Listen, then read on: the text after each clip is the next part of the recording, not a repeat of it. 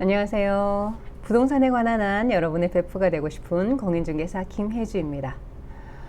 이 전세 계약을 하고 잘 살고 있는데 갑자기 누가 전화가 와서 내가 새로 집을 산 집주인이다. 나랑 같이 새로 계약서를 쓰자. 이렇게 얘기를 해요. 그럼 이런 경우에 계약서를 다시 써야 되는 거야? 아니, 안 써야 되는 거야? 걱정하시는 분들 계실 테고요. 또 한편 주인이 바뀌었다고 얘기는 들었는데 아무 연락이 없어요. 그럼 이렇게 그냥 가만히 있어도 되는 건가? 새 주인하고 계약서를 새로 써야 되는 거 아닌가? 이런 걱정도 하고 계신 분들도 계실 것 같아요. 결론적으로 말씀드리자면 계약서는 다시 쓰실 필요가 없습니다. 그런데 왜 다시 안 써도 되는 건지 궁금하실 만한 질문 6개를 제가 추려가지고 그 질문에 대한 답변으로 이 상황을 한번 정리를 해드리려고 합니다. 저랑 같이 끝까지 보시면 안심이 되실 거예요. 같이 한번 시작을 해보실게요. 먼저 새 주인이 계약서를 다시 쓰자고 하는데 어떻게 하면 좋을까요? 결론은 새로 쓸 필요가 없다. 이미 대항력을 갖췄다면, 내가 대항력을 갖추고 있다면 새로 쓸 필요가 없습니다. 그럼 대항력이 뭔지 한번 볼게요. 알고 계시겠지만 한번 다시 정리를 해보겠습니다. 대항력이란 이미 성립한 권리관계를 이미 계약서를 지난 주인하고 임대차 계약을 쓸 때 권리관계가 성립을 했잖아요. 그 성립한 권리관계를 계약 당사자 외의 타인에 대해서도 새로 집을 산 사람이든 누구든 그 타인에 대해서도 주장할 수 있는 법률상의 힘을 대항력이라고 합니다. 주택임대차보호법 3조 1항에 보면 이렇게 되어 있습니다. 원래 이제 권리라는 것은 등기부에 등기를 해야 이제 그 공시해야 효과가 생기는 건데 대항력이 생기는 건데 주임법에 특별히 이렇게 이제 규정을 해 놓은 거예요.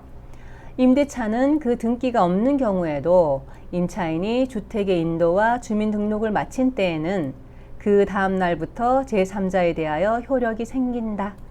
이 경우 주원입 신고를 한 때에 주민등록이 된 것으로 본다. 이렇게 되어 있습니다. 그래서 등기를 굳이 하지 않아도 주택의 인도, 그 집에 이사를 들어가고 그 다음에 전입신고해서 주민등록을 마쳤다면 그러면 대항력이 생긴 거기 때문에 이제 그 다음에 누구에 대해서도 나는 이 집에 계약 만료 시까지 살 권리가 있다라고 주장할 수 있다는 거죠. 그러니까 이런 대항력을 이미 갖춰두셨다면 그러면 새 주인이 계약서를 다시 쓰자고 해도 쓸 필요가 없다는 거예요. 그리고 주임법 3조 4항에 이렇게 되어 있습니다. 임차주택의 양수인은 임대인의 지위를 승계한 것으로 본다. 그러니까 임대인의 지위를 그대로 승계한 것이다 이런 뜻이에요. 근데 이 말뜻을 풀어서 설명하자면 임대차 관계는 동일성을 유지하면서 그대로 양수인에게 포괄적으로 이전된다 이런 뜻입니다. 그러니까 임대인의 지위라는 것이 권리만 있는 것이 아니라 이런 의무도 다 같이 넘어가는 거거든요. 그러니까 이 경우 임대차 보증금 반환 채무도 부동산의 소유권과 결합하여 일체로 이전된다 이렇게 보는 겁니다. 그러니까 걱정하실 필요가 없다는 거죠. 주인이 바뀌었어도 굳이 새로 내가 계약서를 안 써도 새로 임차주택을 양수한 그 양수인은 나에게 이런 의무를 가진다 이런 이야기입니다. 집주인의 의무를. 그런데 뭘 잘 모르는 새 주인이 나가라고 해요.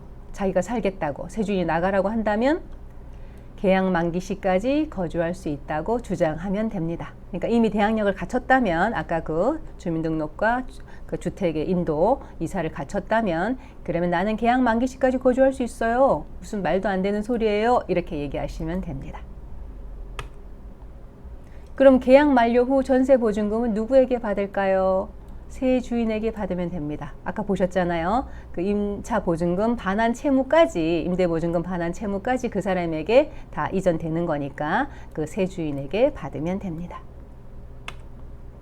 그런데 새 주인이 추가 대출을 받고 근저당권을 또 새로 설정한다고 해요. 하지만 걱정 안 해도 됩니다. 이 새 주인이 받는 대출과 근저당권 설정은 내 확정일자, 내가 원래 계약서에다가 이제 주소 전입한 다음에 계약서에다 확정일자를 받잖아요. 그 확정일자보다 후순위가 되기 때문에 걱정할 필요가 없어요. 그러니까 항상 계약서에 확정일자 받아두는 거 중요합니다. 그러니까 이사를 하시면 바로 주소 전입을 하고 제 계약서에 확정일자를 받아둬야 대항력은 주소 전입까지만 하면 대항력은 생기는 거지만 혹시 이 집이 경매로 넘어가거나 다른 이제 대출이 추가로 있거나 할 때 확정일자가 있어야 내가 선순위가 되는 겁니다. 그러니까 확정일자까지 꼭 받아두셨으면 주인이 추가 대출을 받든 뭐 하든 크게 걱정 안 하셔도 됩니다. 좀 찜찜하긴 하지만.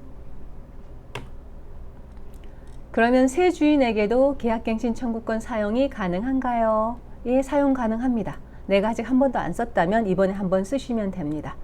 그런데 새 주인이든 아니면 뭐 그냥 옛 주인이든 간에 내가 계약갱신 청구권을 쓸 때 그 6개월에서 2개월 사이 이렇게 계약갱신 청구권을 쓸 때 주인이 자기가 실제로 들어와서 거주할 계획이 있으면 갱신 청구를 거절할 수 있죠. 그러니까 자기가 들어올 계획이다, 실거주 하겠다 하면 내가 계약갱신 청구권을 사용 못하는 겁니다. 이사를 나가야 되는 겁니다. 그러니까 새 주인이 만약에 자기가 직접 들어와서 거주를 한다, 아니면 새 주인의 직계 좀비속이 들어와서 거주할 계획이 있다 하면 갱신 청구권을 사용해도 상대방에서 거절하겠죠. 하지만 사용할 수는 있습니다. 한번 청구해 보는 겁니다. 근데 주인이 뭐 대출 때문인지 아니면 뭐 자금 조달 계획서 증빙 서류 이런 것 때문인지 자기 이름의 전세 계약서가 필요하다, 다시 써달라 이렇게 얘기를 한다면 뭐 굳이 안 써줄 이유는 없어요. 써주시면 됩니다. 써주시면 되는데 그때는 특약사항에다가 지난 몇 월 며칠자, 우리 원래 계약서 몇 월 며칠자 계약서와 동일한 계약이지만 동일한 계약이나 임대인 변경으로 다시 쓰는 것임 이렇게 기재하시면 됩니다. 요 한 줄만 기재해 두시면 지난 계약서의 효력이 그대로 다 유지되면서 임대인 이름만 바뀌었다 이런 뜻이니까. 예, 그러니까 새로 계약서를 써주셔도 별 문제가 없습니다. 요 내용을 꼭 기재하시고요. 그리고 이 새 계약서에다 확정일자를 또 받을 필요는 없습니다. 이 확정일자라는 것은 그 날짜에 이 금액의 계약이 있다는 것만 확인해 주는 거거든요.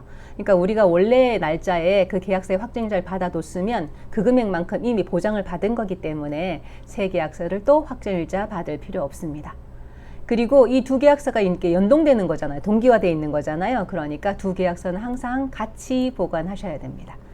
뭐 이거 새 계약서 썼다고 해서 그전 계약서를 주인한테 돌려준다든지 아니면 같이 폐기를 해버린다든지 그러면 안 돼요. 그냥 두 계약서를 같이 보관하셔야 되는 거고, 더 중요한 것은 확정일자 받아둔 지난 계약서겠죠. 그거는 꼭 보관하셔야 됩니다.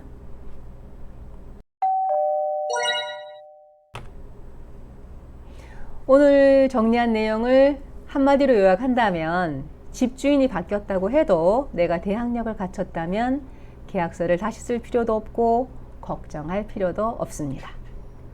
예, 이런 경우에 계셨던 분들 마음 찜찜하고 걱정이 많으셨을 텐데 아마 도움이 되셨을 거예요. 도움이 되셨다면 구독과 좋아요 부탁드립니다.